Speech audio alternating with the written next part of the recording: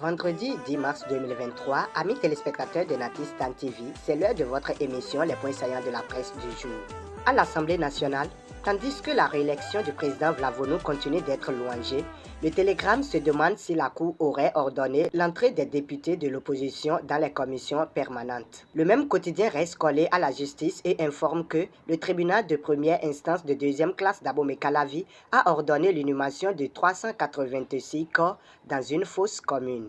À la 10e page de sa parution, le quotidien fait un tour dans le domaine de l'éducation et affiche la colère de 5 centrales syndicales contre les ministres Salman et Kouaro. Toujours dans le domaine de l'éducation, Matin Libre évoque le cas des étudiants arrêtés dans le cadre des élections sous la rupture. Et pour ce qui est de la lutte contre la pollution atmosphérique, le quotidien se demande ce que cache le réveil subi du gouvernement. Quant au quotidien Le Pays émergent, la Fédération internationale de pétanque et jeux provençal menace de retirer l'organisation du 50e championnat du monde de pétanque au Bénin, d'autant que les travaux de construction du boulodrome piétinent. Le Chasseur Info renseigne que lors du renouvellement de la commission administrative paritaire au ministère de l'Éducation maternelle et primaire, l'administration et les syndicats se sont séparés chacun de son côté sans donner d'avantage ni à l'un ni à l'autre. À la Direction générale de l'enseignement supérieur, plus de 4000 attestations d'authenticité et notifications des équivalences de diplômes ont été établies, mais non retirées.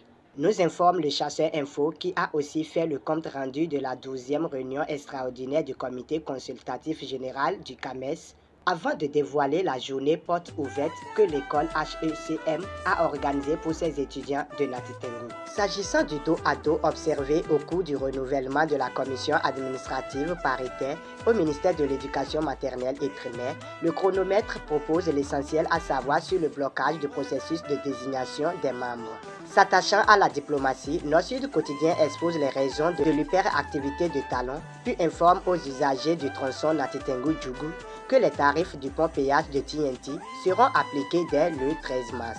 Le quotidien Nasiara relaie les attentes du peuple béninois envers les démocrates parlementaires.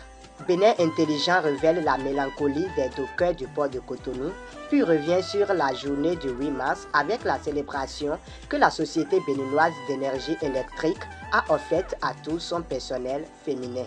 Le Matin met en exergue la coopération bilatérale en annonçant l'arrivée à Cotonou du président nigérien Mohamed Bazoum dès le lundi prochain. Et pour finir, le même quotidien parle de la prorogation du délai de dépôt des dossiers aux expropriés de Toubin concernant le projet d'aménagement sur la route des pêches. Fin de l'émission Les points saillants de la presse du jour de ce vendredi. Natistan TV vous souhaite un merveilleux et gracieux week-end.